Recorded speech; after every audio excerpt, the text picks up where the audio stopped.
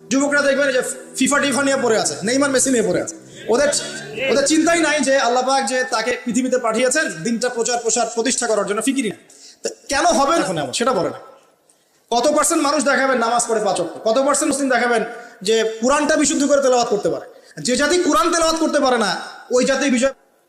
একটা ফেস অনেক বইয়ে দেখেছি, একটা বই দেখলাম সেদিন যে অমুসলিমদের ব্যাপারে বলা হচ্ছে তারা হচ্ছে একটা ওর্স্ট জিনিস, মানে যেটা খারাপ জিনিস, সফল প্রচারক।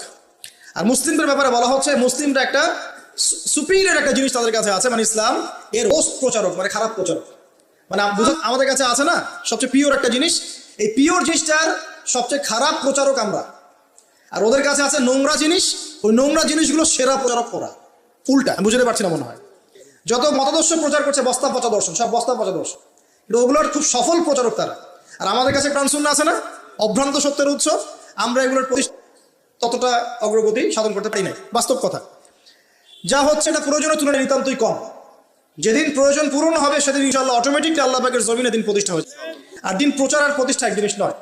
প্রচার মানে হচ্ছে আপনি নামাজ পড়ছেন, প্রচার হচ্ছে সুন্দর, মাশাআল্লাহ, কিন্তু আপনি সব দিক থেকে শক্তিশালী নন, তাই বিশ্বের অন্য সভ্যতা হাঁটিয়ে নামাজের স্বাধীনতাও হরণ করতে পারে। এর নাম হচ্ছে ক্ষমতা। এই ক্ষমতা ওদের হাতে আছে, আমাদের হাতে নাই।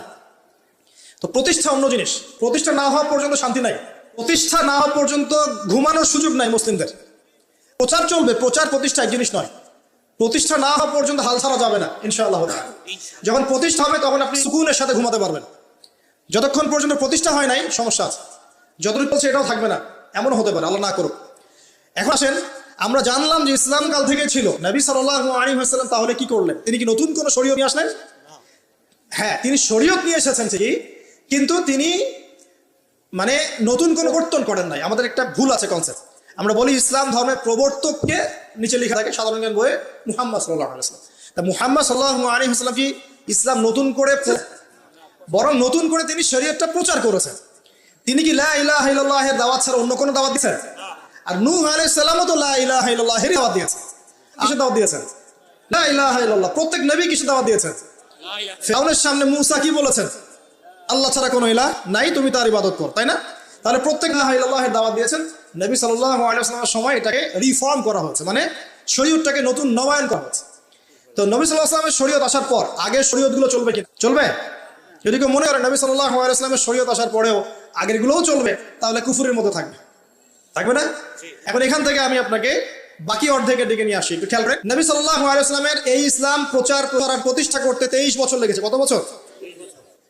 উনি যখন নবী হয়েছেন তখন আরবের সমাজটার মধ্যে শিরিক আর শিরক, যে কোনো এমন কোনো শিরিক নাই যেটা আরবে ছিল না। ঠিক আছে, স্ট্যাচু ওয়ার্শিপ হতে পারে, কবর পূজা হতে পারে, মৃত মানুষের পূজা হতে পারে, নাস্তিকতার চর্চা হতে পারে, শিরকের প্রোগ্রাম আরবে ছিল। ওই সময়ে সুদের প্রচলন ছিল, ইকোনমিক সেকশনে মানুষ সুদ খাইত। ওই সময় মদ ছিল, মানুষ অ্যাভেলেবল মদ পান করতো। নারীর অবমাননা ছিল, মেয়েদেরকে ঘোরা হতো না। আর গোত্রীয় হানাহানি ছিল, মানে গোত্রে গোত্রে হানাহানি। একটু অবজার্ভ করেন, এই 5টা সমস্যা কি এখন নাই? এখনকার বিশ্বে নাই, বরং শিরকের এখন গ্রোথ হয়েছে, হয় নাই? ইকোনমিক সেকশনে সুদের গ্লোবালাইজেশন হয়েছে না? এখন একটা জায়গায় সুদ সীমাবদ্ধ নাই, সারা বিশ্বের মানুষ খাচ্ছে না? মাদক কি একটা জায়গায় সীমাবদ্ধ আছে? সারা বিশ্ব ছড়িয়ে দেওয়া হয়েছে, ছড়িয়ে সীমান্ত অঞ্চলগুলোতে গিয়ে দেখবেন দেধারসে মাদকের প্রবেশ হচ্ছে না? খাচ্ছে কারা? এই যে নেইমার আর মেসির ফলোয়ার যারা, খাচ্ছে না? এরা কি মুসলিম না মুসলিম? এদের বাবা মুসলিম না মুসলিম? তাহলে গরুর গোশত খেলেই যদি মুসলিম হয়, আর নাম আব্দুল্লাহ আব্দুর রহমান হলেই যদি মুসলিম, আবু জাহেলও মুসলিম ছিল। কথা বোঝেন নাই? আবু জাহেলের নাম কি? আবুল হাকাম, জ্ঞানের পিতা। আপনাদের কি ধারণা যে আবু জাহেল আল্লাহ বিশ্বাস করতো না? বিশ্বাস করতো না? এটা ভুল ধারণা। আবু জাহেল, আবুল লাহাব, উতবা, সাইবা সবাই আল্লাহকে বিশ্বাস করতো। তারা বিশ্বাস করতো আল্লাহ বলে একজন আছেন, আল্লাহ জীবন দেন, আল্লাহ মারেন, এই বিশ্বাস ওদের ছিল।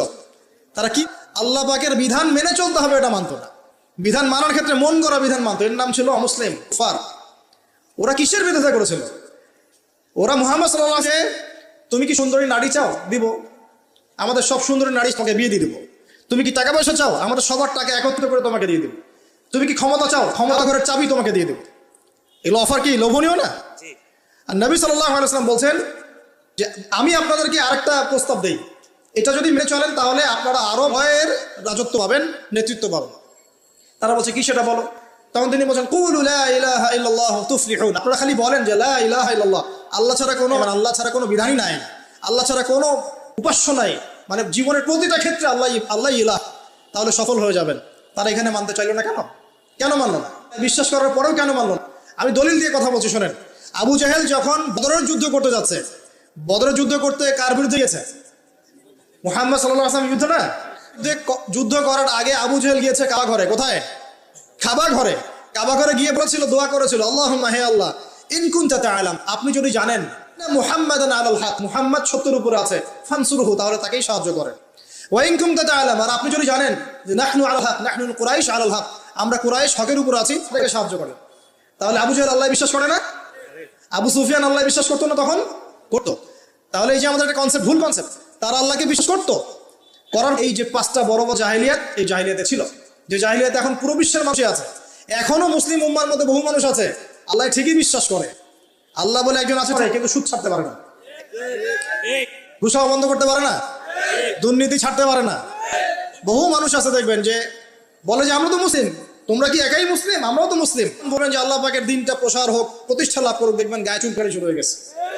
তাহলে এরা কোন শ্রেণীর মুসলিম? ওই যে আব্দুল্লাহ বিন উবাই শ্রেণীর মুসলিম। কোন শ্রেণী? আব্দুল। এই বেটা আবার কে? এই ব্যক্তি ছিল মদিনার, তার নেতা হওয়ার কথা ছিল, কিন্তু মুহাম্মদ সাল্লাল্লাহু আলাইহি ওয়াসাল্লাম যখন গিয়েছেন সেখানে, আনসার সাহাবীরা মুহাম্মদ সাল্লাল্লাহু আলাইহি ওয়াসাল্লাম, এখন তার নেতৃত্ব চলে গেছে। এখন সে ইহুদিদের সাথে জোট করে মুহাম্মদ সাল্লাল্লাহু আলাইহি ওয়াসাল্লামের বিরুদ্ধে যুদ্ধ করেছিল এবং উহুদের মাঠে পালিয়ে গিয়েছিল। প্রথমে 1000 জন, 700 জন টিকে থেকেছে, 300 জনকে সাথে নিয়ে এই আব্দুল্লাহ বিন উবাই পালিয়ে গিয়েছিল। বলেছিল, আমি যদি জানতাম যে উহুদের যুদ্ধ বলে কোনো যুদ্ধ আছে, ইসলামই কবুল করতাম না। বুঝতে পারছেন? কথা চলে আসবে। তাহলে এখন আমরা যারা ইহুদিদেরকে বন্ধু মানি, আমরা তাহলে কি পাক্কা মুসলিম নাকি? আব্দুল্লাহ বিন উবাই যদি ইহুদিদের সাথে বন্ধুত্ব করে নবীর বিরুদ্ধে দাঁড়াতে পারে, আর দাঁড়ানোর পর তোকমা লাগতে পারে, এবং আল্লাহ পাক তাকে বলেছেন ও কবরেও দাঁড়াবে না, জানাজার নামাজেও তুমি দাঁড়াবে না, বলেন নাই? সূরা তওবা আছে না? খবরদার ওদের নামাজে জানাজাও পড়বে না, ওর কবরে দাঁড়াবে। তাহলে সে যদি ইহুদিদের সাথে বন্ধুত্ব করে এরকম মুনাফিক হতে পারে, এখন এই যুগে যে আমরা করছি, তারা কে? তারা নিঃসন্দেহে আমরা মুসলিম নাকি? সুবহানাল্লাহ। এই বিশ্বে বহু মুসলিম কান্ট্রিজ আছে যারা সরাসরি